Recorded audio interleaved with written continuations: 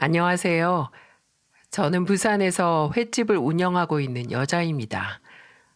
올해로 나이가 벌써 67세가 되니까 인생이 참 덧없다고 느껴져요.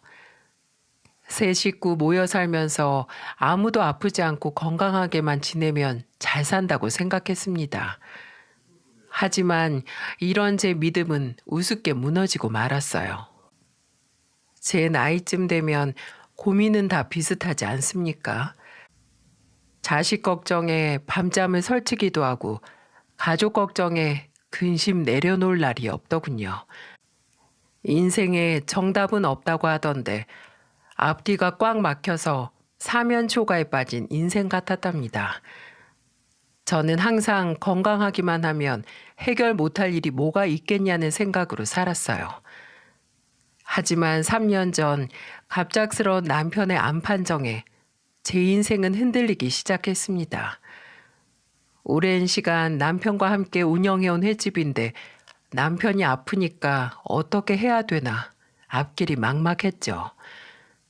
처음에는 요즘 시대에 못 고칠 병이 뭐가 있을까 싶더라고요. 하지만 이미 남편은 식도암 말기였어요. 더 이상 수술도 불가능한 상태였고 항암 치료도 무의미한 상태였답니다. 하루아침에 남편이 잘못될 수도 있다는 걸 알게 되니까 참 허무하더군요. 저는 당연하게 남편과 행복하게 살다가 아들 장가도 보내고 손주 재롱도 보면서 살 거라고 믿었습니다. 집안에 누군가가 아프면 온 가족이 아픈 거나 마찬가지라고 하죠. 제가 딱 그랬습니다. 항암 치료를 받는 남편도 힘들고 아팠겠지만 지켜보는 저와 아들도 힘들기만 했어요. 저는 그때 치료를 힘들어하는 남편을 보면서 차라리 대신 아파서 낫기라도 한다면 같이 아프기라도 하길 바랄 정도였어요.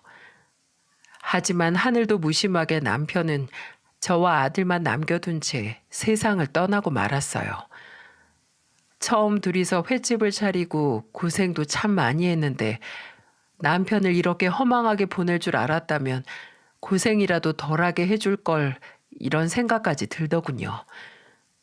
남편의 장례를 치르고 집으로 돌아왔을 때 아들이 그러더라고요. 앞으로는 제가 아버지 몫까지 더 신경 써 드릴게요. 우리 아들이 이제 많이 컸구나. 걱정 마세요. 제가 효도할게요. 남편을 허망하게 떠나보내고 혹시나 제가 힘들어할까봐 아들은 제 옆을 지켜줬어요. 자식은 나이가 아무리 들어도 늘 물가에 내놓은 애 같다고 하죠. 그 당시 30 중반이었던 아들이 늘 노심초사 걱정이었는데 처음으로 이제 자식도 다 키웠구나 생각이 들었답니다. 그렇게 세 식구에서 아들과 두 식구가 된 저는 길게 슬퍼할 시간도 없었어요. 남편과 함께 운영하던 횟집을 이제는 혼자서 다 해야 되니까 정신이 번쩍 들었습니다.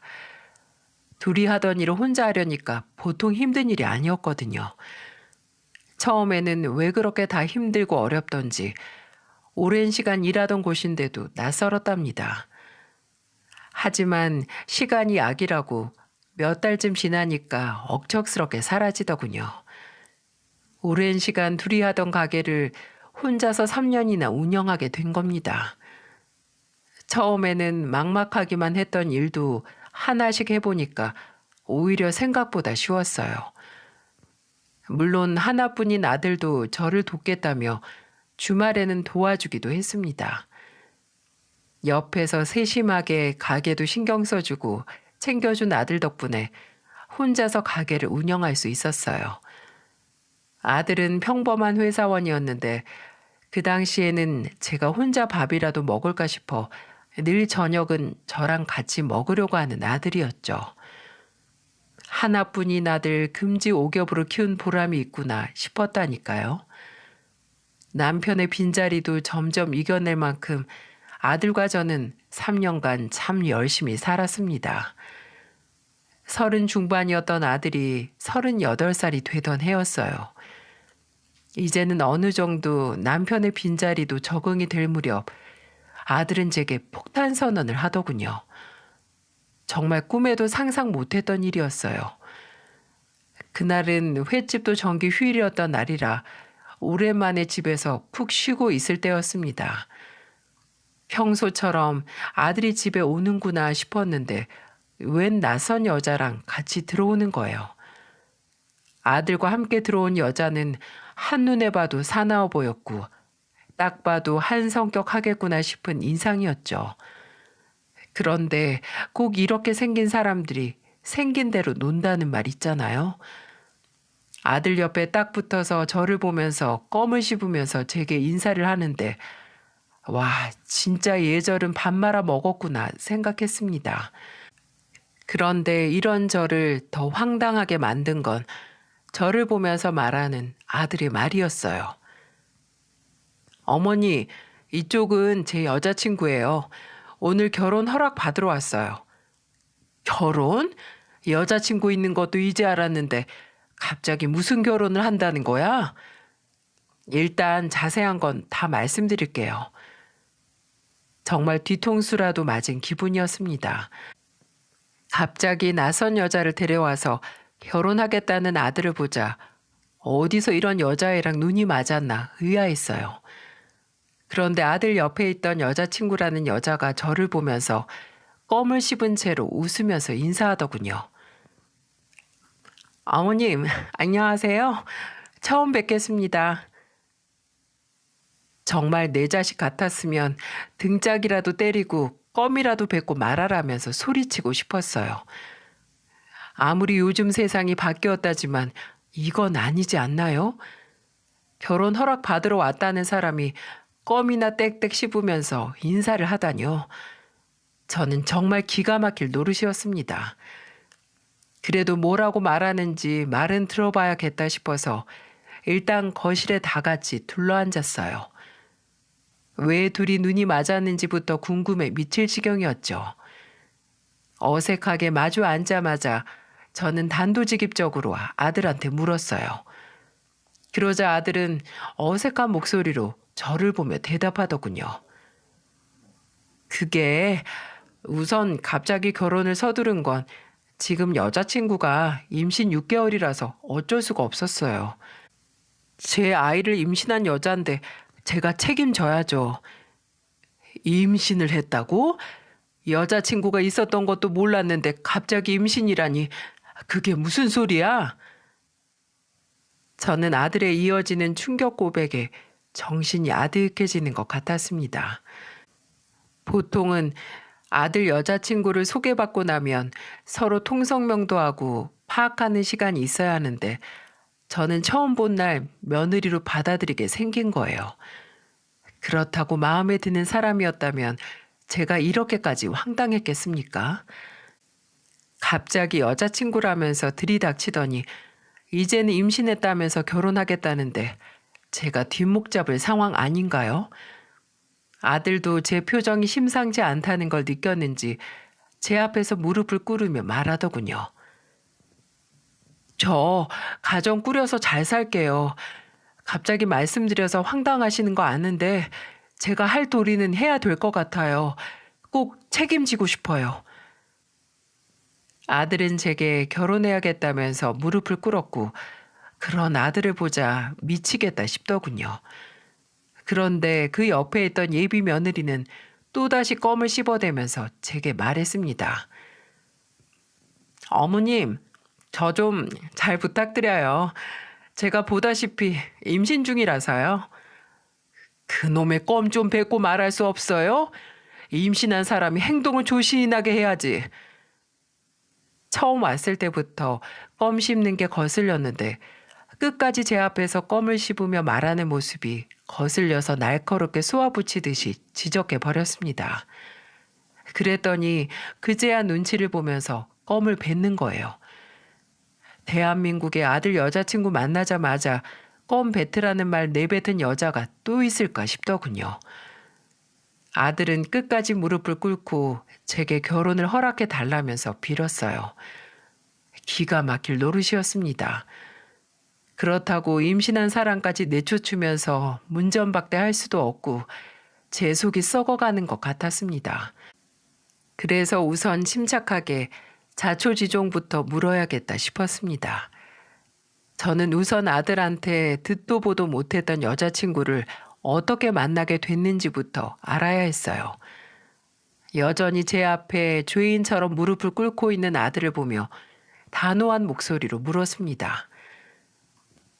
너희 둘 언제 어디서 만난 거야? 네가 아무리 나한테 말 못하고 숨겼다 해도 그동안 네가 데이트를 가는 것도 못 봤는데 갑자기 여자친구가 어디서 생긴 거야? 바른 대로 솔직하게 말해. 사실은요, 친구들이랑 나이트 놀러 갔다가 만나게 된 사이예요. 장소가 나이트라 이상해 보일 수 있지만 그래도 진지하게 만나려고 생각했던 사람이에요. 진지하게 만나? 임신부터 한 게 진지하게 만난 사이야? 얼마나 만났는데? 처음 만난 날 같이 하루 놀다가 아이까지 생긴 거예요. 저희도 제대로 만난 지 6개월이에요. 당장이라도 일어나서 아들이고 뭐고 때리고 싶었어요. 세상에 임신 6개월 차인 것도 황당한데 둘이 만난 지도 6개월째라니 이게 말이 되나요? 정말 제 아들이 한 일이라고는 믿기지 않았습니다. 여러분들은 이런 상황에 어떤 생각이 먼저 들 것 같으세요? 세상에 긴 준비 끝에 아이를 계획해서 낳고도 애 때문에 못 살겠다면서 이혼하는 세상에 번개불에 콩 굽듯이 만난 두 사람이 잘 살겠나 싶었습니다. 결혼이 무슨 애들 장난도 아니고 정말 만감이 교차하더라고요. 그래서 답답한 마음에 아들을 보면서 소리쳤습니다. 내가 너 장가 안 간다고 잔소리했던 것도 아닌데 어디서 이런 사고를 쳐서 왔어? 죄송해요. 그래도 제 아이는 꼭 책임져야겠어요. 모른 척 할 수 없다고요. 시작은 어머니 실망시키면서 하는 거지만 꼭 잘 사는 모습만 보여드리면서 효도할게요. 내가 널 어떻게 키웠는데 나한테 이럴 수가 있어? 저도 모르게 손으로 가슴팍을 치면서 말했고 아들은 그런 저를 말리면서 진정시켰어요. 진짜 이대로 날벼락 같은 결혼을 시켜야 하는 건지 기가 막히더군요. 예비 며느리가 참하고 된 사람 같았으면 이 정도로 미치고 팔짝 뛰진 않았을 거예요. 처음 보자마자 껌 씹고 들어오는 예비 며느리를 보고도 제가 인정하고 싶었겠습니까? 제가 그렇게 가슴팍을 치면서 말하자 지켜보던 예비 며느리가 제 손을 잡으면서 말하더군요. 어머님, 제가 부족해 보이고 못나 보여도 사는 동안 실망시켜드리지는 않을게요. 저 한 번만 믿어주세요. 그 순간 떨리는 목소리로 말하며 제 손을 잡은 예비 며느리를 보자 한숨이 절로 나왔습니다. 그리고 예비 며느리를 보고 나니까 제가 끝까지 반대만 할 수도 없겠구나 싶더라고요. 임신 6개월인데다가 아들이 책임지고 싶다는데 엄마인 제가 무슨 힘이 있어서 더 뭐라고 할 수 있겠습니까? 결국 시원한 대답도 못하고 두 사람을 돌려보냈어요. 그날 저녁 홀로 돌아온 아들을 붙들고 물었습니다. 너 이 결혼 꼭 해야겠어? 엄마는 도저히 며느리감도 아닌 것 같고 그렇다고 네 짝으로 어울리는 사람 같지도 않아서 그래. 저 이 결혼 후회 안 해요. 제 자식이라고 들었을 때 제가 책임져야 한다고 생각했어요. 외동아들로 크면서 많이 외로웠는데 다복한 가정 꾸려서 어머니께도 꼭 좋은 모습만 보여드릴게요. 이놈아, 왜 그런 사고를 친 거야 대체? 나는 아직도 다 믿겨지지가 않아. 제가 더 잘할게요. 정말 믿어주세요. 저는 아들의 손을 잡고 눈물을 뚝뚝 흘렸어요. 이러지도 저러지도 못하는 사면초가의 상황에서 할 수 있는 게 없더라고요. 그래서 결국 저는 그 결혼을 허락할 수밖에 없었고요. 아들이 결혼하겠다는 의지가 강했고 무엇보다 점점 배가 불러오는 예비 며느리를 그냥 둘 수가 없었습니다. 그래서 아들에게 상견례부터 하자는 말을 꺼냈죠. 아들은 제게 먼저 상견례 얘기를 꺼내줘서 고맙다고 말하더군요. 세상에 자식 이기는 부모 없다는 말이 딱 맞더라고요. 울며 겨자 먹기로 허락한 결혼이라도 그저 내 아들이 행복하기만을 바랬습니다. 하나뿐인 아들이 행복하다면 더 바랄 게 없었어요. 하지만 이건 어디까지나 아들을 위한 선택이었을 뿐이지 저는 마음 한켠이 계속 걱정뿐이었어요. 그리고 제가 너무 예비 며느리를 겉모습만 보고 판단하는 건가 싶었어요. 왜냐하면 상견례를 앞두고 예비 며느리가 가게로 아들 몰래 찾아온 겁니다. 처음에는 너무 예상도 못한 상황에 나타나서 깜짝 놀랐어요. 예비 며느리는 양손 가득 간식거리를 사와서 넉살 좋게 말하더군요. 어머님, 제가 간단하게 드실 간식거리 좀 사왔어요. 다 같이 드시면서 하세요. 넌 임신한 애가 어딜 그렇게 돌아다녀? 몸조리나 잘하고 있지. 가만히 있는 게 오히려 더 안 좋대요. 많이 걸어 다니라고 하더라고요. 처음에는 예의도 없고 날라리 같아 보여서 영 믿음이 안 가던 예비 며느리가 그렇게 노력하려는 마음이 느껴졌어요. 그래서 그런지 제가 너무 겉모습만 보고 반대했나 싶어서 미안하기까지 했습니다. 그날 예비 며느리는 식당에서 일하는 직원들까지 생각해서 양손 가득 간식거리를 챙겨왔더라고요. 이렇게 노력하면서 달라지려는 예비 며느리를 보자 조금은 믿음이 가기 시작했습니다. 하지만 이런 제 믿음은 오래가지 못했어요. 참 변덕도 죽을 듯하네 싶으십니까? 아마 제가 겪었던 상견례 이야기 들으시면 참을성도 좋다고 하실 겁니다. 저는 예비 며느리를 첫인상과 다르게 보려고 정말 많은 노력을 했어요. 하지만 이런 제 노력에도 불구하고 예비 사돈들을 만나고 난 뒤 이 결혼을 또 한 번 엎어버리고 싶었답니다. 저는 상견례를 하기로 한 만큼 최대한 잘 의논해서 애들 잘 살게 해주고 싶었어요. 비록 속도 위반으로 시작된 결혼이지만 최대한 양가 어른들끼리 잘 상의해서 기왕 하는 결혼 잘 시키는 게 맞다고 생각을 했습니다. 하지만 이건 저만의 착각이었어요. 그날 상견례 자리에 아들과 먼저 도착해서 기다리고 있었는데 예비 사도는 약속된 시간보다 1시간이나 늦게 온 겁니다. 기다리는 내내 이게 맞는 건가 머릿속으로 오만 가지 생각을 다 했어요. 그러다 겨우 나타난 예비 사도는 태평하게 들어오더군요. 그리고는 저를 보면서 예비 안사돈이 들뜬 목소리로 제게 말했습니다. 우리가 조금 늦었죠. 아유, 일찍도 오셨네요. 서두른다고 서둘렀는데 이렇게 일찍 오실 줄은 몰랐어요. 일찍 온 게 아니고 제 시간에 맞게 온 거죠.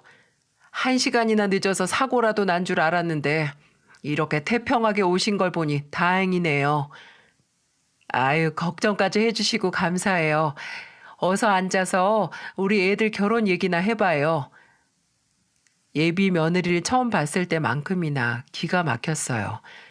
교양도 없고 눈치도 없는 사람이라는 생각이 절로 들더군요. 왜 늦은 사람보다 먼저 온 사람이 더 민망한 상황이 되나 모르겠더라고요. 그러면서 저보고 일찍 왔다고 말하는 안사돈을 보자 예비 며느리가 엄마를 쏙 닮았구나 싶었습니다. 하지만 예비 사돈의 충격적인 모습은 이게 끝이 아니었어요. 바깥 사돈과 안 사돈 그리고 예비 며느리 여동생까지 내 식구가 어찌나 교양도 없고 몰상식하던지 제가 다 창피할 정도였어요. 겨우 자리에 앉아서 예비 사돈 식구들과 인사를 나눴어요. 처음에 큰 실망을 하긴 했지만 그래도 최대한 좋게 보려고 노력을 많이 했습니다. 하지만 음식을 주문하고 이어지는 안사돈의 말은 저를 기가 막히게 만들었어요. 글쎄 저를 보면서 예비 며느리 자랑을 늘어놓는데 제가 다 민망하더라고요. 안사돈은 저를 보면서 호들갑스러운 목소리로 말했어요. 우리 딸이 참 건강해서 애도 잘 들어서고 저도 놀랐어요. 그래도 임신 전에는 여기저기서 선자리도 많이 들어왔는데 아유 이렇게 돼버렸네요. 이렇게 돼버렸다뇨? 사실 말 안 하려고 했는데 우리 딸 의사 집안에서도 탐내던 며느리예요. 그래서 저도 대단한 집으로 시집 가나 했는데 평범한 회사원 만날 줄 누가 알았겠어요. 참 어이없지 않습니까? 이게 상견례 자리에서 할 소린가요? 예비 안사도는 저런 쓸데없는 소리를 하더니 경박스럽게 웃기 시작했습니다. 목소리가 어찌나 크고 경박스럽던지 제가 다 창피할 정도였어요. 저는 별로 마음에 들지도 않는 며느리인데 넙죽 받은 줄 알고 자랑하듯 늘어놓는 예비 안사돈을 보면서 말했습니다. 저야말로 처음에 깜짝 놀랐어요. 기본적인 예절도 모르는 며느리를 데리고 올 줄 누가 알았겠어요? 그래도 하도 결혼 허락해달라고 사정하니까 어쩔 수 없이 허락을 하긴 했는데 저야말로 이렇게 될 줄 정말 몰랐네요. 어머, 예비사돈이 횟집을 오래 했다더니 말에 뼈가 많네요. 먼저 말에 뼈가 있게 하시길래 저도 할 말 좀 해봤습니다. 저는 예비사돈이고 뭐고 누구는 좋아서 아들 장가 보내는 줄 아나 싶어서 싫은 내색을 조금 내비쳤어요. 먼저 내 아들 무시했는데 저라고 가만히 있을 수 있었겠어요? 예비 며느리 그렇게 잘난 것도 없으면서 금가락지라도 저한테 주는 것처럼 구는 모습이 보기 싫었어요. 그런데 제가 예비 안사돈과 이렇게 날선 대화를 하고 있는데도 예비 바깥사돈은 뭘 하고 있었는 줄 아시나요? 꼭 술이라도 마시러 온 사람처럼 오자마자 술을 시키더니 그 잠깐 사이에 한 병을 다 비운 거예요. 세상에 이 자리가 상견례 자리인지 친목 모임 자리인지 구분이 안 갈 정도였죠. 아무리 생각해도 좋게 생각할 수가 없더라고요. 곱게 술만 마시고 있으면 다행이게요. 음식이 나오자 예비 바깥사돈은 젓가락을 들고 반찬이란 반찬을 다 뒤적거리는 겁니다. 그리고는 사흘 밤낮 못 먹고 온 사람처럼 쩝쩝 소리까지 내면서 밥을 먹기 시작했어요. 지나가는 사람이 봐도 이 자리는 상견례 자리 같은 분위기가 아니었어요. 그래서 저도 모르게 예비 바깥 사돈을 보면서 말했죠. 집에서 밥을 못 드시고 오셨나 봐요. 술에 밥에 참 잘 드시네요. 맛있는 상 차려두고 안 먹으면 벌 받아요. 사돈도 결혼은 애들한테 알아서 잘 하라고 맡겨놓고 일단 밥부터 먹읍시다. 음식을 좀 다 드시고 말씀하세요. 다 같이 먹는 밥상에서 뭐 하시는 거예요? 이제 다 한 가족인데 체면 차리고 뭐 있어요. 그냥 편하게 먹자고요. 애들한테 결혼 알아서 하라고 맡기자는 말보다 저를 더 기겁하게 만든 건 예비 바깥 사돈의 태도였어요. 입안에 음식물을 잔뜩 물고 말하는 바람에 입안에 있는 게 사방으로 튀는 데다가 얼마나 쩝쩝거리면서 먹는지 밥맛이 뚝 떨어지더라고요. 제가 다 먹고 말하라고 하자 예비 바깥 사돈은 이제 한 가족인데 뭐가 문제냐면서 너스레를 떨더라고요. 당장이라도 자리에서 일어나고 싶었어요. 여러분들이라면 이런 상견례 자리에서 어떻게 하셨을 것 같으신가요? 상상이나 가시나요? 저는 어디서도 들어보지 못한 충격적인 상견례 상황에 헛웃음이 나왔습니다. 그런데 이 상황에서도 예비 며느리 하나 있는 여동생은 핸드폰을 붙들고 고개 한번 안 들더니 전화가 왔는지 그 자리에서 바로 전화를 받아버리는 거예요. 보통 전화가 오면 나가서 받는 게 맞지 않습니까? 정말 기가 막혔어요. 뭐 저런 사람이 다 있나 싶어서 쳐다보는데 예비 사돈의 모습을 보자 뭘 보고 자랐는지 딱 알 것 같았습니다. 이런 생각이 드니까 예비 며느리도 다시 곱게 보이지 않았어요. 한쪽 구석에서는 개인 전화를 받고 있고 앞에서는 쩝쩝 소리를 내면서 밥 먹는 데다가 말도 안 되는 딸 자랑을 늘어놓기까지 하는데 이런 사람들과 사돈 맺고 싶었겠습니까? 저는 상견례에서 무슨 얘기를 했는지 기억도 안 나고 기억하고 싶지도 않았어요. 악몽의 시간이 지나고 아들과 집에 들어와서 아들을 앉혀놓고 물었습니다. 너 이 결혼 목에 칼이 들어와도 해야겠어? 그 식구들 보고도 결혼을 해야겠다는 생각이 들어? 어차피 내가 다 모시고 살 것도 아니고 어머니가 좀 이해 좀 해주세요. 내 아들이지만 참 답답했어요. 아들은 한참을 어르고 달래봐도 답은 똑같았어요. 그래서 결국 배가 점점 불러오는 탓에 번갯불에 콩 굽듯이 결혼식까지 하게 된 거죠. 그야말로 울며 겨자 먹기 같은 결혼식이었습니다. 우선 예비 며느리가 살림도 익숙치 않고 임신 7개월 차에 접어들어서 우선 저와 아들이 살던 집에서 같이 살기로 했어요. 제가 살던 집은 방이 4개의 꽤 넓은 집이었어요. 그래서 우선은 함께 살면서 가르칠 건 가르쳐야겠다고 생각한 거죠. 그리고 합가 후 며느리와 살게 되니까 그래도 정은 붙일 수 있겠다 싶었습니다. 그래도 이왕 결혼한 건 예쁘게 보려고 노력했죠. 이런 제 마음을 아는지 며느리도 저한테 참 싹싹하게 잘하더군요. 제가 횟집에서 장사를 끝내고 돌아오면 집안이 대청소라도 한 듯이 매일 깔끔했어요. 그리고는 제가 오면 환하게 웃으면서 며느리가 말했습니다. 어머님, 하루 종일 힘드셨죠? 제가 어머님 좋아하시는 맥주랑 간단한 안주 만들어뒀어요. 내일은 쉬는 날이니까 오늘은 편하게 드세요. 얘는 이런 거 안 해도 된다니까 힘들게 뭐하러 차려놨어. 아니에요. 저보다 하루 종일 일하시는 어머님이 더 힘드시죠. 이쪽으로 앉아보세요. 저 발 마사지도 엄청 잘해요. 제가 뭉친 다리랑 발 풀어드릴게요. 원래 발이 건강해야 온몸이 건강하다고 하잖아요. 저는 발 마사지를 해주겠다면서 저를 의자에 앉히는 며느리의 손을 거절했어요. 임신 7개월인 며느리한테 발 마사지 받고 싶은 시어머니가 어딨겠어요?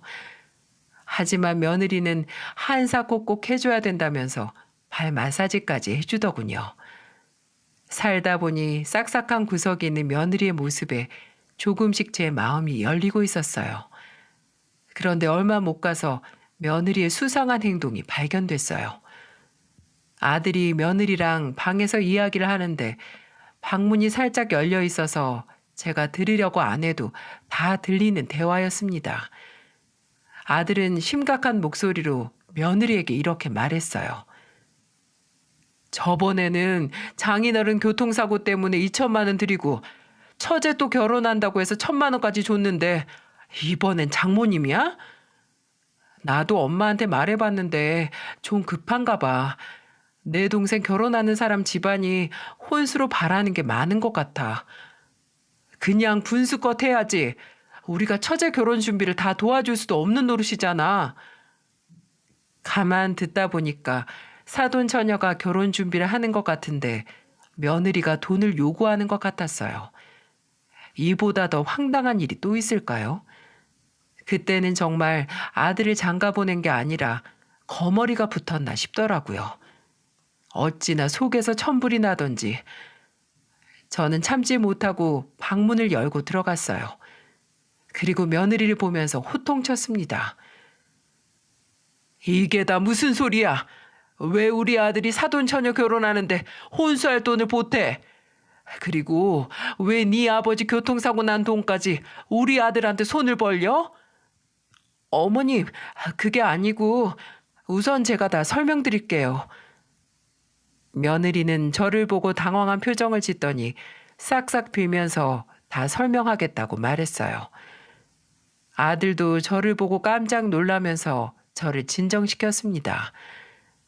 대체 제가 전생에 무슨 죄를 지었길래 이런 집안과 인연을 맺었나 한탄스러웠어요. 며느리는 저를 보면서 울먹이는 목소리로 말했습니다. 어머님, 저희 집 사정이 너무 급해서 어쩔 수 없었어요. 죄송해요. 그래도 그렇지. 언제까지 너희 집안 급한 사정 다 봐줘가면서 우리 아들이 언제까지 해줘야 되는데? 한 번만 더 이런 일 생기면 나 가만 안 있을 거야. 너도 그러는 거 아니다. 돈 무서운 줄 알아야지. 저는 며느리에게 2번 다시 이런 일 없게 하라면서 호통을 쳤어요. 아들도 저에게 처갓집 일에 더 이상 나서지 않겠다고 말했습니다. 아들도 사위니까 사위 노릇하고 싶었겠지 생각하려고 했어요. 그런데 이상한 생각이 한 번 드니까 며느리가 하는 행동 하나하나가 눈에 들어오기 시작했어요. 한 번 의심스럽다는 생각이 들고 나니까 며느리가 하는 모든 행동이 눈에 다 거슬리는 거예요. 참 제가 생각해도 아들을 장가 보내놓고도 이렇게 전전긍긍하면서 살 사람은 저뿐일 겁니다. 그러다 제가 하던 며느리에 대한 의심의 씨앗이 현실로 드러나고 말았어요. 같이 살다 보니까 우편물도 서로 한꺼번에 보관하고 있었는데 우연히 아들의 카드 내역서를 보게 된 겁니다. 그런데 카드값이 너무 많이 나온 거예요. 같이 살고는 있었지만 생활비를 어디다 이렇게 많이 썼냐고 물을 수는 없었습니다. 하지만 생각할수록 이렇게 돈을 많이 쓸 이유가 뭔가 싶더라고요. 한번 눈으로 보고 나니까 며느리 행동이 다 수상하게 느껴졌어요. 그래서 처음에는 며느리가 집안 살림에 돈을 헤프게 쓰나 했어요. 그런데 아무리 봐도 집안 살림하느라 카드를 쓰는 것 같진 않았습니다. 오히려 집안 살림에는 돈을 아끼는 것 같았죠. 심증은 있어도 물증이 없으니까 캐물을 수도 없는 노릇이었어요. 그러다 제가 며느리와 단판을 지을 수 있는 결정적인 기회를 잡게 됐습니다. 10년 묵은 체증이 내려간 듯한 날이었죠. 평소처럼 일을 하고 있는데 몸이 좋지 않아서 일찍 집에 오게 된 거예요.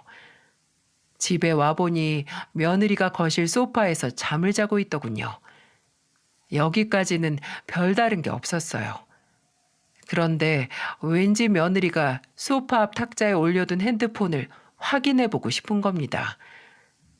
저도 장사를 오래 해서 그런지 촉이라는 게 있지 않겠습니까? 저는 조용히 가서 며느리의 핸드폰을 들고 자고 있는 며느리 손가락을 핸드폰에 지문 인식을 했죠. 지금 생각해도 그때 며느리 핸드폰을 확인해 보길 100번 잘한 일이라고 생각할 정도로 저는 어마어마한 사실을 알게 됐습니다. 며느리의 핸드폰 잠금이 풀리자 마침 카톡 메시지가 오는 거예요. 메시지를 보낸 사람은 안사돈이었습니다. 그런데 내용을 보니까 또 돈 이야기였어요. 제가 본 첫 번째 메시지는 이랬습니다. 저번에 말한 돈 어떻게 됐어? 왜 돈 보낸다고 말만 하고 돈은 안 보내?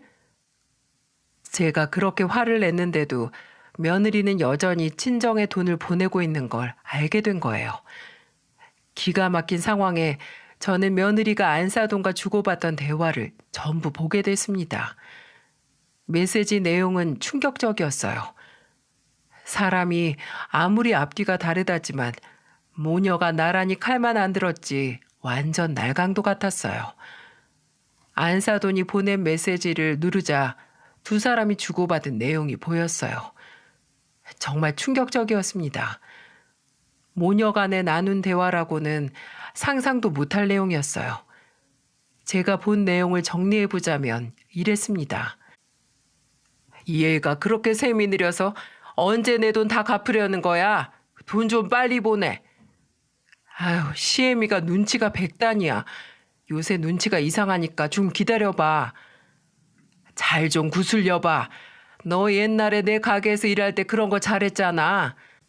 너 그때 나한테 빌려간 돈 이자 쳐서 갚게 하기 전에 이런 한 장도 빼지 말고 갚어. 아유, 알았다고. 아예 안 갚아버리기 전에 좀 기다려봐.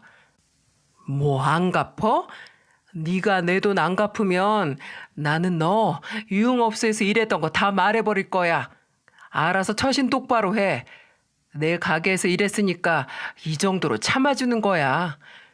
아, 기다려봐. 지금 시모 아파트에 시부가 남기고 간 보험금까지 다 하면 재산 20억도 넘어. 급할수록 돌아가랬어. 기다리면 알아서 돈 빼올 테니까 기다려.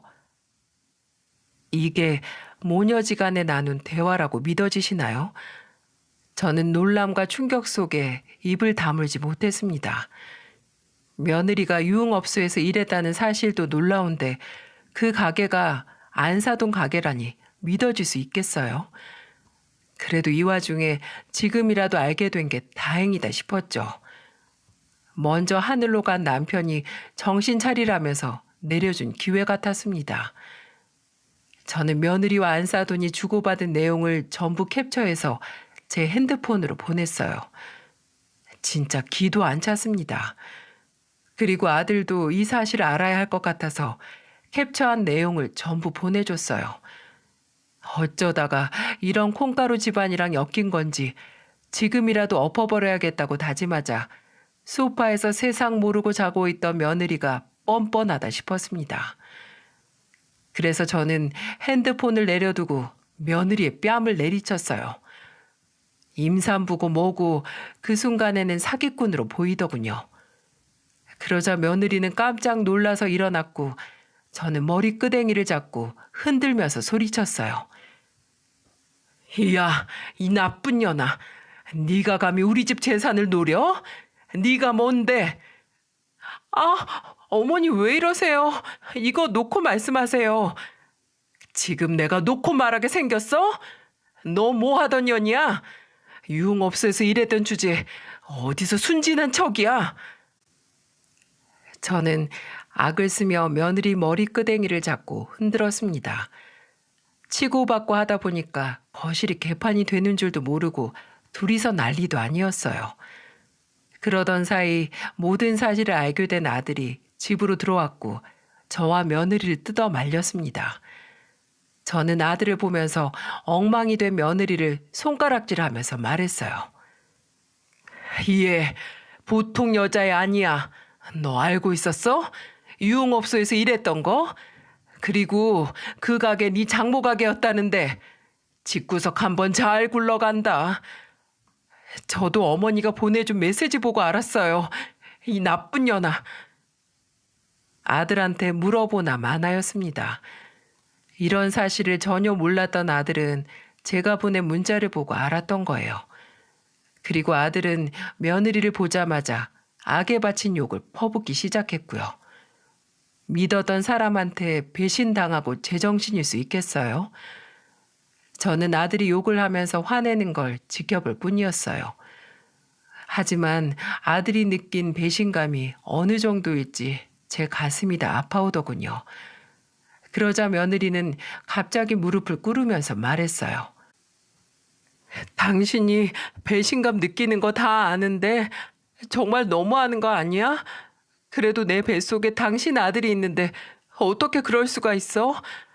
나 정말 애 낳고 잘 살아보려고 했어. 과거 다 잊고 가정에만 충실하려고 했다고. 지금 그걸 말이라고 해? 내가 그 말을 믿을 것 같아? 와, 눈앞에서 가녀린 척 눈물을 뚝뚝 흘리고 우는 며느리를 보자 모르는 사람이 보면 저랑 아들이 임산부 잡는 못된 시댁인 줄 알겠더라고요.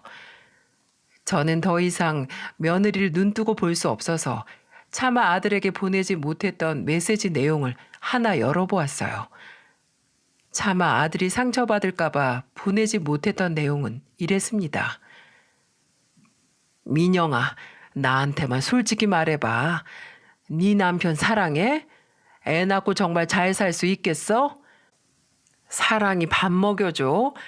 그냥 외제차 타고 돈 좀 있어 보이니까 물고 늘어지는 거지. 그냥 적당히 재산 좀 빼내고 이혼하고 새 인생 살 거야. 너 새 인생 살기 전에 내 돈 8천 꼭 갖고 가라. 며느리는 외제차를 타고 멀끔하게 다니는 제 아들을 벗겨 먹으려고 작정을 했던 거예요.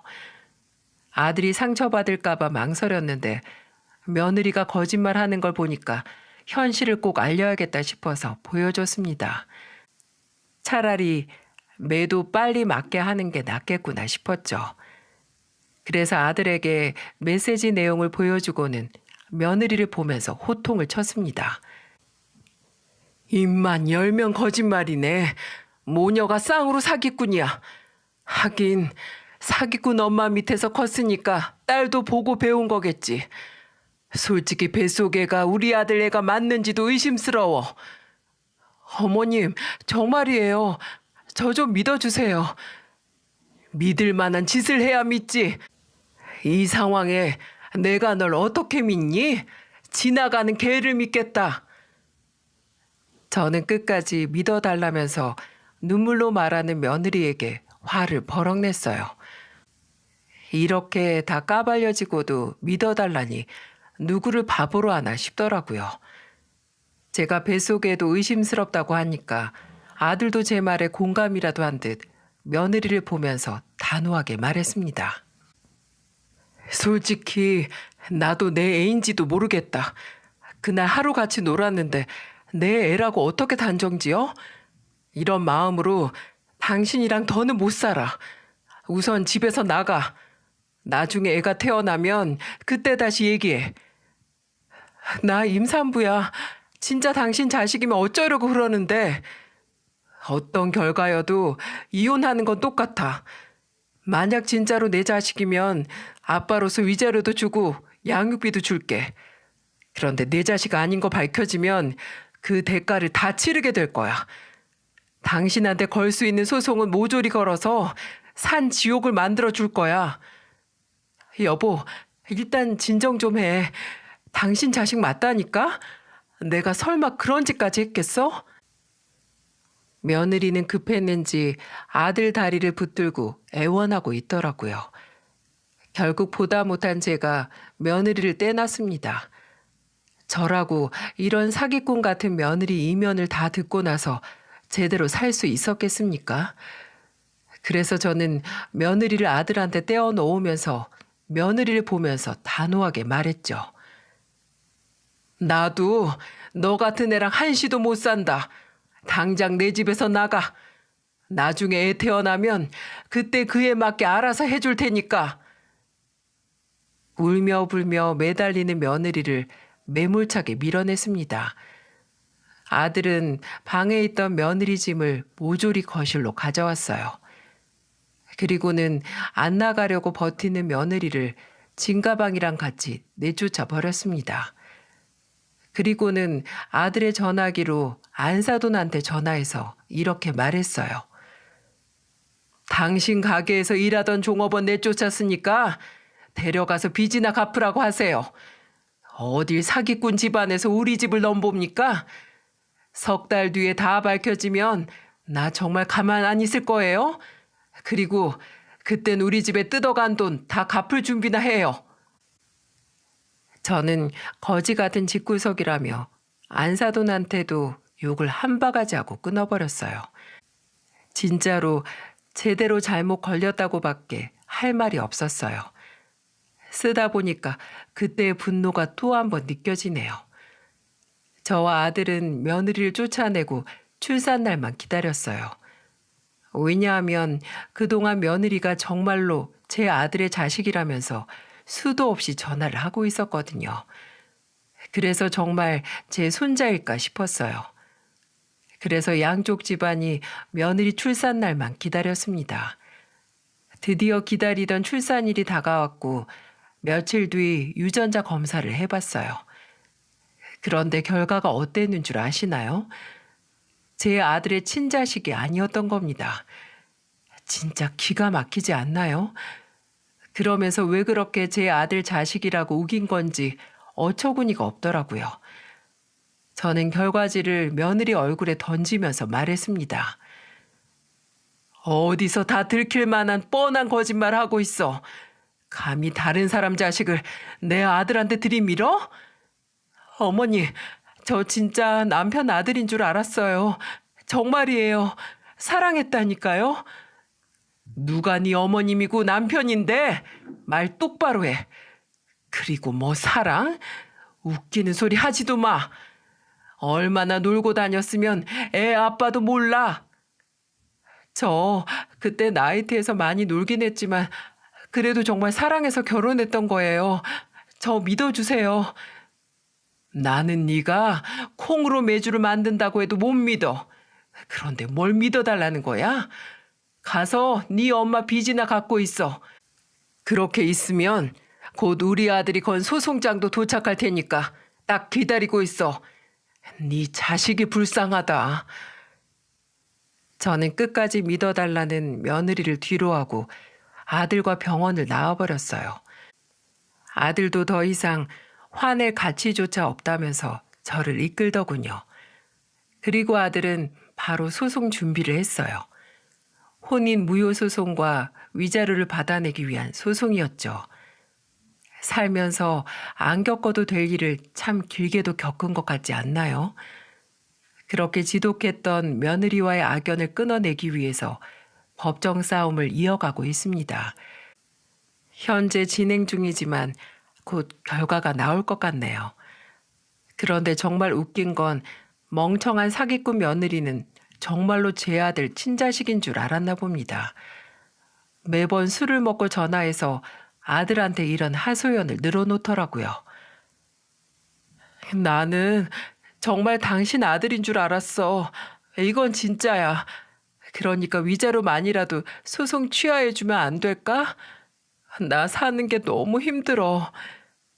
진짜 애가 불쌍하다. 너 같은 것도 엄마라고 믿고 살아야 되는데 아빠도 모르고 참. 너만큼이나 불쌍해. 나는 소송 아무것도 취하 안 할 거야. 알아서 해. 아들은 그렇게 말하고 번호도 아예 차단해버렸어요. 아들이 전화를 안 받으니까 제 가게로도 왔더군요. 물론 굵은 소금 뿌려서 확 내쫓아버렸죠. 뭐 더 들을 말도 없고 그 변명 들어서 뭐 하겠습니까? 집안이 망하려면 맏며느리가 수염이 난다고 하죠. 집안 운수가 나쁘면 평소에 없던 괴상한 일이 생긴다는데 딱 저희 집을 두고 하는 말 같네요. 그래서 큰 분란을 겪고 나니까 아들과는 더 돈독해진 것 같습니다. 세상에 믿을 만한 사람, 가족 말고 또 있겠어요? 얼마 전 아들이 제게 죄송하다면서 사과를 하는데 속이 참 많이 상하더라고요. 그저 배신당한 죄밖에 없는 아들인데 저한테 미안하다고 하니까 제가 다 속상했어요. 그래서 아들과 시원하게 술 한잔하면서 털어냈답니다. 이제는 정말 좋은 일만 생기려고 겪은 액땜이라고 생각해요. 그래서 이렇게 긴 사연도 쓸 수 있었나 봅니다. 앞으로 이런 일 2번 다시 안 겪도록 돌다리도 제대로 두드리고 건너려고요. 긴 사연 들어주신 모든 분들도 건강 조심, 사람 조심 잘 하면서 행복한 날들만 보내시길 바라겠습니다.